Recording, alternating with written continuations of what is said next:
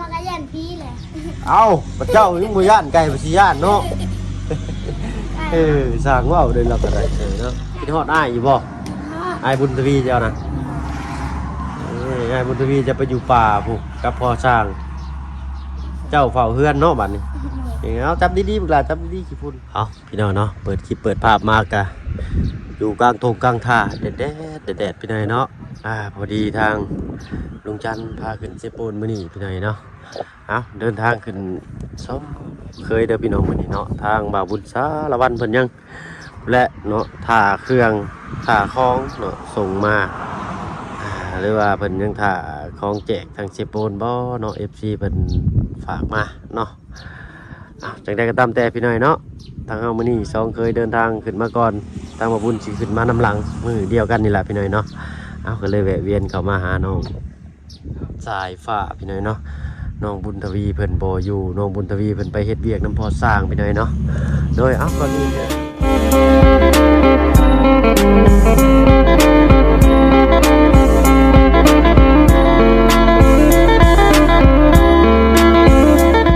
ทายเด้อน้องทายสบายดีผู้ใหญ่ใจดีและ FC เบิดทุกท่านที่เข้ามาหาผู้ชมช่อง YouTube บ่เพิ่งเคยหลายคือเก่าเนาะบ่ว่าฝั่งไทยฝั่งลาวแล้วก็ทั้งฝั่งต่างประเทศก็ยินดีต้อนรับเข้าสู่ช่อง YouTube บ่เพิ่งเคยหลายเช่นเคยพี่น้อยเนาะโอ้ยตากแดดหน้าแห้งดำเข้าพี่น้อยเนาะจะน้อยจะเข้าไปทำไทยเบิ่งน้องเพิ่นเติมอีกพี่น้อยเนาะว่ากินอยู่เท่าใดเนาะครับทักทายสบายดีปะลุงเนี่ยโดยเนาะอายุเรายังจืดทั้งง่ายได้อยู่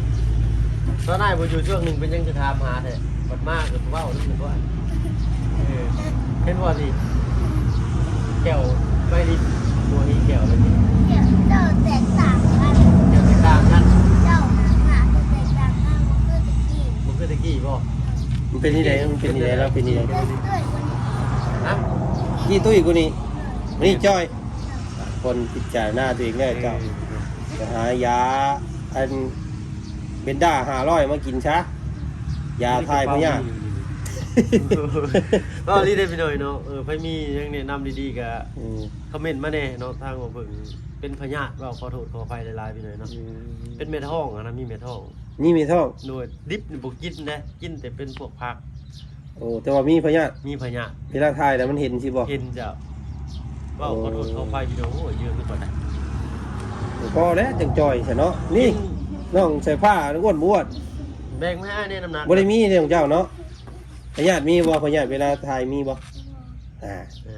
หายเล็กน้อยนี่เจ้าก็ได้ กินแต่ข้าว กินแต่ข้าว เลย จะบ่กินผักบ่ บอกอยาก บ่อยากผักเนาะ เป็นมีพยาธิที่ทำไงบ่ยากแล้วก็มีพยาธิมันก็ซื้อยามากินยาทายพยาธิ ยาถ่ายพญาติรอบก่อนไปกินอยู่เดือน1-2เทื่อ โอ้ยไปกินหลายปานนั้น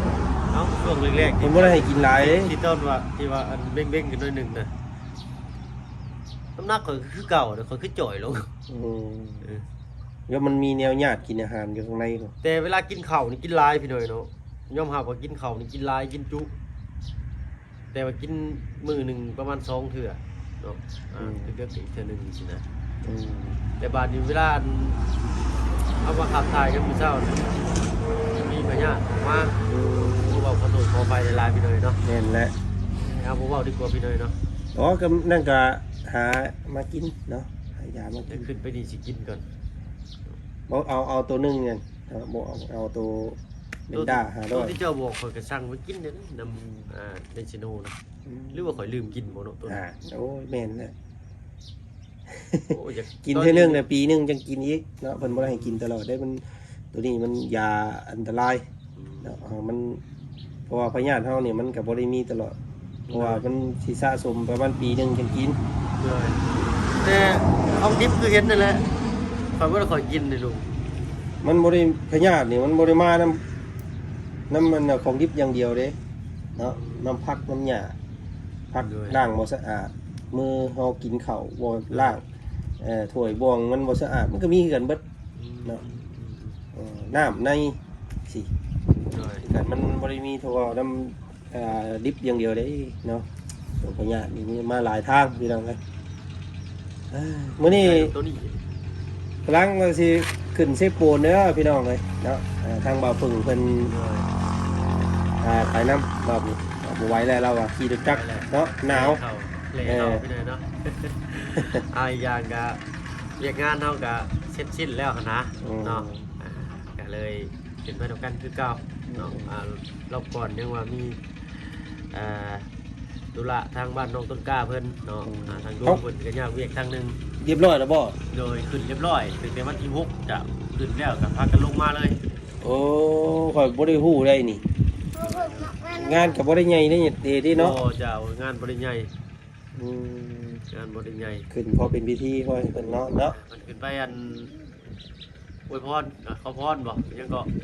เอาการขอบคุณ ขอบคุณพระเจ้า ขอบคุณพระเจ้า โดย จะนั่งสมาธินั่งอวยพรนั่งเทศน์นั่งอันนั้นตามอันนั้นเพิ่นได้ศาสนาเพิ่นเนาะ โดย เออ ก็แบบหลักง่ายๆดีเด้ก็บ่ได้ สิ้นเปลือง บ่สิ้นเปลืองหยังหลายเนาะบ่เปลืองเหล้าเปลืองเบียร์แต่ว่าทางบ้านเฮานี่โว้เนาะต้องมานั่งตอบคำถามกันอีกแล้วเจ้ามาแต่ไสเลย ก้อนหินนี่ก้อนหินเงินหินค เลย ำเสานี่เสาไม้พยุง เช้านี้เช้าไม่นั่นไว้นี่ เอ โอ้ อ ยสึกกับม่วนได้บ่ได้พ่อบรรยากาศนี่จักเทื่อได้ค่อยๆก็ได้ ศา รู้ สนาพุทธได้ของเราเนาะ เหนื่อยเลย เอาไว้ขึ้นเพื่อนน้องบุตรกับบ่ได้อีกคือเก่า บ่ได้ เป็นศาสนาคริสเตียนคือเก่า เจ้าได้ซะคือเรียบร้อย ของเจ้านี่ศาสนาพุทธเด้เนาะมุฮัมมัดบ่โอ้ เจ้าเข้าวัดอยู่บ่เขาขอขนมซื่อบ่จักโดยเอ้ยแล้วอ้วนขึ้นแล้วใหญ่ขึ้นเลยดิเนาะ เนาะว่าน่าสิถือศาสนาพุทธนั่นแหละแม่เรา เฮ็ดยังอันนี้ฮะคันบ่เป็นกี่กากลมบ่จักอาบน้ำอยู่บ่คืนนี่มื้อเช้านี่อาบหรือบ่ หนาวที่ตอนเช้านอนตื่นสวยน้ำ หนาวต้องตื่นสวยน้ำ อยู่ผู้เดียวเราได้พี่น้องไอ้เนาะ เฮ็ดจะได้อยู่หล่ะจะอยู่คนเดียวจะแต่ละมือ เขา หนึ่งข้าวกินเองก็เป็นของอยู่ของกินได้จ้ะล่ะ แม่นบ่หนึ่งเขาเองเนี่ยบ่ตัวจักมีคนเอามาส่งบ่ยักไว้พาไปเบิ่งอยู่พาไปเบิ่งหมู่หนึ่งเขาอยู่บ่ไป ปูน เฮ้ย จะตก โอ้เจ้าหนึ่งอยู่พุ่น ใช้จะมา ไปมาพาไปเบิ่งเลยไปเจ้าเฮ็ดนี่เด้หนึ่งเขาเขาบ่อยากเชื่อนะเว้ยเนาะ เขา เขาเบิดแล้วบ่เขาอันเขาอันสามเจ้าเบิดละเอาเฮ็ดนี่ได้จริงเอาเขาให้ใช้แค่1 บาทนี่ตาย เราบ่ได้หนึ่งชำนะนี่ เราเบิดเขามีเขาเปลือกบนมีคนพาไป4 บาทไอ้เขาน้องอันนั้นได้ไอ้ส่งปัดไส้เด้พาไป4มั้งครับผมเป็นเวลา1เขาแล้วมันจุ้ยพี่ โอ้ยเป็นตะยานมันปิวขึ้นใส่พญาครับล่ะ ว่างเล่นหันเลยโอ้เจ้าหนึ่งทานบ่ข้างในหันมีอันยังอยู่บ่ มีไก่ หึ มีไก่ ไก่ หนึ่งไก่มันเข้าไปขาย เอาไว้เครื่องไว้คล้องเลยเนาะ หนึ่งอยู่พี่เดี๋ยวว่างได้ลมใส่อันนี้เจ้า กินเลยบ่เข้าเที่ยงมื้อนี้ยังบ่ทันกินซ้ำ ยังไม่อยาก ยังบ่อยากโอ้ยอ้วนปานนี้สิกินอีกอยู่แบ่งไม่ให้อ้ายอยู่แล้ว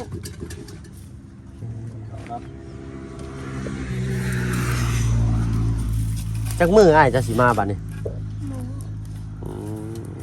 แล้วห้องน้ำห้องในพุ่นแหล้วเนาะแล้วห้องน้ำห้องในก็ยังสิได้ต่ออย่างอื่นอีกเด้อฮะประตูออกมาหาจะบอกประตูจ้ะน่ะไปสัตว์ไปพุ่นแหละไปเฮือนเจ้าผู้ไปมันจักแดดนิดนึงไปลาไปเบิ่งเนี่ยเอาเนาะพี่น้อยเนาะถ้าบ้านน้องพุ่นแล้วมาขนาดนี้ทางบ่เพิ่งก็ยังบ่ได้เข้ามาแวะได้พี่น้อยเนาะสัญจรไปมาอยู่เนาะ ได้ทำได้ บ่เพิ่งมาแต่ที่บ้านทอด ผ่านเพื่อนเราฟังทีหลังนะนิดหน่อยอยู่ในเล่าเดียว กระถาง โอ้เพื่อนหมูกระทะที่บ้าน เอาน้ำเด้อลูกหลานเด้อเอาน้ำมาสิใส่ก่อนจักหน่อยหนึงเดี๋ยวจังมาทู ได้มาถูแล้วผมโยมันได้ได้หนิ มีบ่เดี๋ยวทูมีบ่ มันเอาเสือขาดมีบ่ไปซุกน้ำมาเสร็จโยมบ่ได้ได้หนิ เรื่องบางงานเนาะ งามมุมมาแหละ เอาเบิ่งเอาสิ พาปลาลุงเอฟซีไปเลาะเบิ่งบ้านน้องบุญทวีเพิ่นเนาะโลกไฟฟ้าอยู่น้อย2คนผู้ชายพี่น้อยเนาะก็ถือว่าน้องเพิ่นเก่งนะที่ได้ห้องน้ำแดดแห้งนี่เนาะมีคนห่มไหมโอ้มีโต๊ะมีตังมีตู้มีเตียงอีกโอ้อ๋อลือ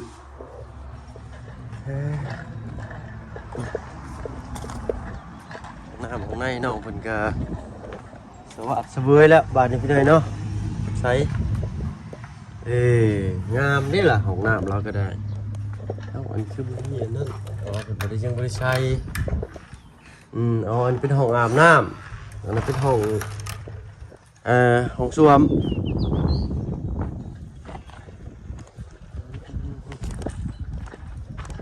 แห้งแล้งแห้งรีพี่หน่อยเนาะยามแห้งนี่ก็ได้ทางนี้ก็เอาเนาะ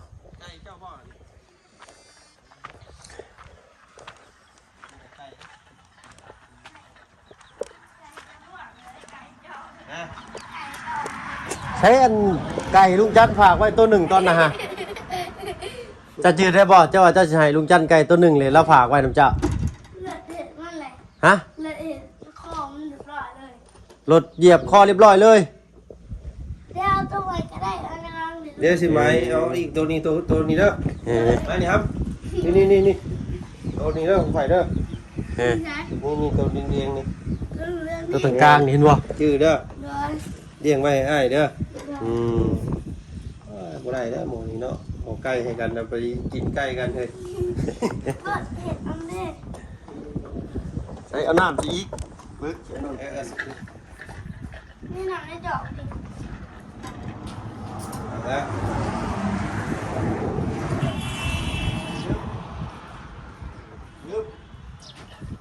ยามฝนตกฝนชะเข้ามานี่ก็เจ้าสไลด์ดินเด้อเอาอึกสไลด์ เดี๋ยวมันตกที่นี่แล้วมันจะแดงง่าย น้องครับน้องเป็นจริงในที่เราอยู่คนเดียวก็ได้ครับตัวน้อยๆชั้นนี้ทำกลางคืนอยู่คนเดียวเนาะว่าเด็กน้อยที่ปลูกพังมาแต่น้อยนะเนาะอยู่คนเดียวมาแต่น้อยเลยบุคอยซีเรียสเป็นไรแต่ละผมเซ็ตเลิกบัตรครับยาคุณบ่มีบ่ ซองมันในเพื่อนคนเนาะพวกคนมีโต๊ะกว่านี่โต๊ะอันนี้พี่น้องเลยเนาะ แบบเลยบ้านละ เบิ่ง เจ้าบ่มีโทรศัพท์บ่ล่ะ ๆไม่มีน้ำสาวไว้ด้วยไม่สาวไว้ด้วยหรอก เป็นคนไทยเนาะ ก็ฉากหน้าก็หัวเสา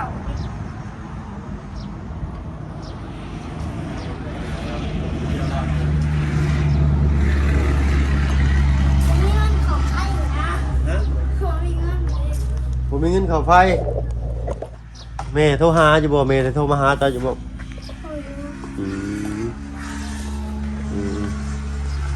ตอนนี้เมย์เจ้าไปอยู่ไสล่ะ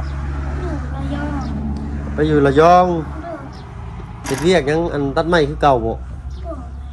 เป็นเฮ็ดเวียกยังล่ะอ๋อเลยเมย์เฮ็ดงานอยู่ร้านอาหารพอออกเลยทั้งพอไปครับเพื่อออกนั่นเนาะหาปลาเฮ็ดประมง มาเวียนนี่เด้อลูกเด้อเวียนให้มันแปลนเด้อแถวนี้เด้อเดี๋ยวฮุบอยู่คนมาดินมันจะงามเนาะมีแถวกงอีกที่เยี่ยมด้วยเป็นระเบียบเนาะ ห้องไผ่ปลานี่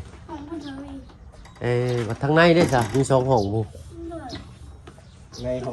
องครับแขกของนึงของน้องสาย โอ้ ฟ้า พอดีเลยอ้ายมาบ่มีเงินเช่าห้องสิได้มาเวนอนเดี๋ยวนี้ ได้เด้เนาะ นอนนำได้บ่ ได้ ได้อีหลีได้เออ เรามีไฟเลยเสียตัวเดียวนี่แหละนอกซื้อห้องซื้อแวะนอนแม่อย่างนั้นกะบ่มีไฟสาดเว็บแฉกอย่างโทรศัพท์นี่แหละ ยากอีกแล้วเนาะไปตัดขอบเป็นสีขาวเดี๋ยวไปลองเทิงกันเลยเนาะงาม ให้สิไปป้าได้บัดนี้เด้อเดี๋ยวมึงน่ะสิแวะมาดินน้ำใหม่เด้อไม่ใช่ให้มันใหม่มันงมมันบอกได้ดูนะระวัดเอาเงินเจ้าเด้ว่า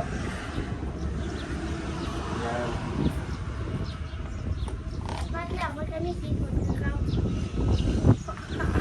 ไปล่างอยู่คนละกระต่างไว้เด้อ มีพุทธ นี่ตัวนี้เด้อไก่ข่อยนะ เลย ถือไว้ เออแม่จะต้ม ตัวผู้ เอาทำไม ว่าเอาตัวผู้แล้วอย่าละ เป็นยังจะคืออยากให้ตัวผู้ เอาต้มเนี่ยต้มหูเอาเด็กแม่ลูก เราจะได้ให้ตัวเมีย เราอยากให้มีลูกพี่น้อยเนาะเอ ต้มหู อ น้ำมันจะได้ลูกหลาน เป็นตัวผู้กับตัวแม่มันคู่กันเนาะเออ เอาไปตัวเดียวมันก็ยันพี่แหละ เอาพระเจ้ายังบ่ย่านไก่บ่สิย่านเนาะเออสร้างว่าวได้รับอะไรเนาะ ไก่มันอยู่กันที่นอดที่ไหน อืม ให้บุญญา เลยเนาะ โอเคงั้นให้ป้าก่อน เลย เดี๋ยวมื้อหน้าสิเรียดินน้ำใหม่ เลย อยู่คนเดียวกันระวังนะลูกเด้อเราจะทำกลางคืนเสียงบ่รบกบแก๊กกะถามก่อนยังออกมาพุดออกมาลงโอ้ยเพิ่นมาเอาเงินมาให้ก่อยเดี๋ยวเจ้า มีบ่เงินสิให้เพิ่นบัด เราไม่ อุ้ยเจ้าสิตอนหำได้บัดเฮ็ดได้บัดขอโทษขออภัยพี่น้อยเนาะน้องเพิ่นอยู่จนสิ้นเลยแหละเนาะใกล้ไปใกล้มาก็มียูทูบเบอร์เนาะมานั่งเล่นนั่งเรียนน้ำเพิ่นตลอดวันเลยได้ ไก่เขาเพื่อนแล้ว แล้ว เอ๊ะไก่เจอได้ตัวดีไก่เจอได้ สองตัวนี้แล้วไก่ข่อยเด้อ เออ ผู้ตัวแม่นี่คือเนาะ เนาะน้องสายฟ้า เอามีมาต้อนน้องคนอยู่ซึ่งมันนี่คือนะผมมีไอ้สัตว์แมวเลยลูก เนี่ยคุณนี่นะโหง่าย เอ้าคือค้างไว้อะค้างไว้บ่ เพราะมันขอไปเลย อืมโอ้ค่อนข้างลมแดดเลยเนาะหอนวีมาเข้าชานจะเบิดบอกล่ะแต่ข้าวเปลือกยังมีอยู่เป็นบ่ไปซีไปยังกะอ้ายพันสองพันไส้มากกะบ้านในเพิ่นพาไปซีเด้อสอนเสร็จจักไปไกลบ่ ใช่อยู่ ต้องให้อ้ายพัดไส้พาไปอ้ายเพิ่นมีรถจักรเนาะเอ้าน้องทางอ้ายก็สิได้เดินทางขึ้นก่อนเด้อจ้ะพวกละมานี่นี่เนาะคิดฮอดอ้ายอยู่บ่อ้ายบุญทวีเจ้านะอ้ายบุญทวีจะไปอยู่ป่าพวกกับพ่อสร้าง เจ้าเฝ้าเฮือนเนาะบัดนี้เอาจับดีๆพวกละจับดีๆขี้ฝุ่น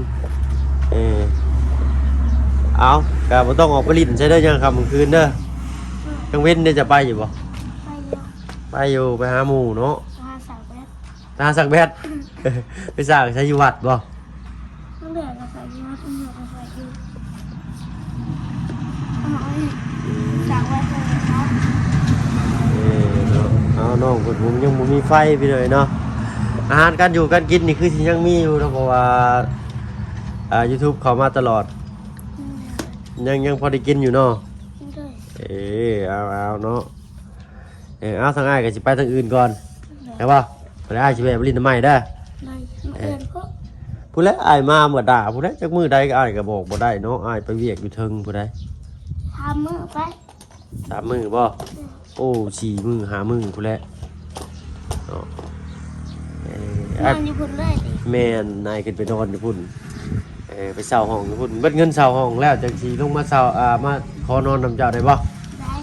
ได้อีหลีได้เอาหนูบ่าวไว้แล้วสั่นสบายดีเนาะเอ้ยไปแล้วกลาเบิ่งเองตัวเองเด้อไปพี่เด้อเนาะพวกพ่ออันกินน่ะเนาะเดินทางขึ้นเจโปนซิก่อน